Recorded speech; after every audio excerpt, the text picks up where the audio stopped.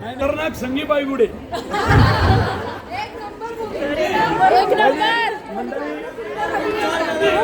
तुमच्या सगळ्यांना थँक्यू म्हणायला आलो, कारण संपूर्ण महाराष्ट्रात दिवसात देऊळ बंदने बरीच रेकॉर्ड ब्रेक केलेली आहे. फक्त सगळ्यांनी ज्यांच्याकडे बुक माय शो आहे ऍप, त्याच्यामध्ये तिथं वोट करायला किंवा रिव्ह्यू द्यायला विसरू नका. जास्त लिहायची गरज नाही, पण तो रिव्ह्यू हे वोट करा. ओके, त्यांनी आपल्याला स्क्रीन जास्त मिळतात. आणि तुम्ही तुमच्या तोंडात साखर पडो या चित्रपटामुळे दरवर्षी मागच्या 20 वर्षात जो आत्महत्यांचा वाढणारा आकडा आहे, तो एकनी जरी कमी झाला तरी आपले पैसे वसूल. आणि दुसरी गोष्ट, तुम्ही जे तिकीट काढून आला हे झालं, हा सिनेमा पैशा पाण्या पलीकडचा आहे. गेल्या वेळी देऊळ बंद मधून जो नफा झाला तो स्वामींच्या चरणी अर्पण केला होता.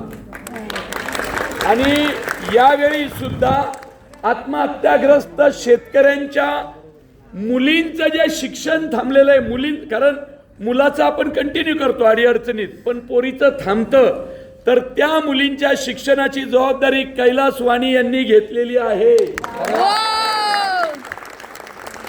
आणि तुम्ही स्वामींच्या रूपाने, स्वामींच्या कृपेने संपूर्ण महाराष्ट्रात जो सुपरहिट चाललाय ते सगळं तुम्हा लोकांच्या कृपेमुळं.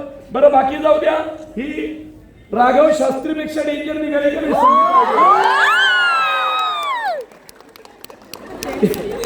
त्यामुळं. बरं, आता राघव शास्त्री तर आस्तिक झालाय, बरोबर ना? मग तुम्हाला प्रश्न पडला असेल की महाराज स्वामी अमेरिकेला जाऊन काय करणार, तर डोंट वरी, राघव शास्त्री आणि संगी पायगुडेपेक्षा डेंजर नास्तिक तिथं भेटणार आहे. आणि लाईन काय होती खाली, देऊळबंद 3 आत्मनिर्भर भारत.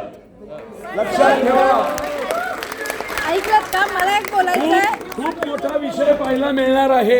मला एक बोलायचं, मी स्वतः मुळशीतली आहे, मी एक शेतकऱ्याची मुलगी आहे.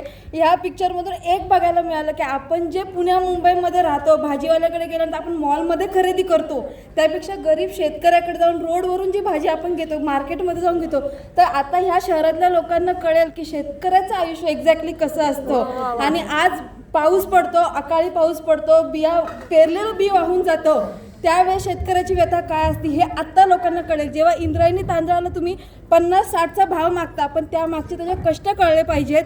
हे जे आपण मॉलमधून डायरेक्ट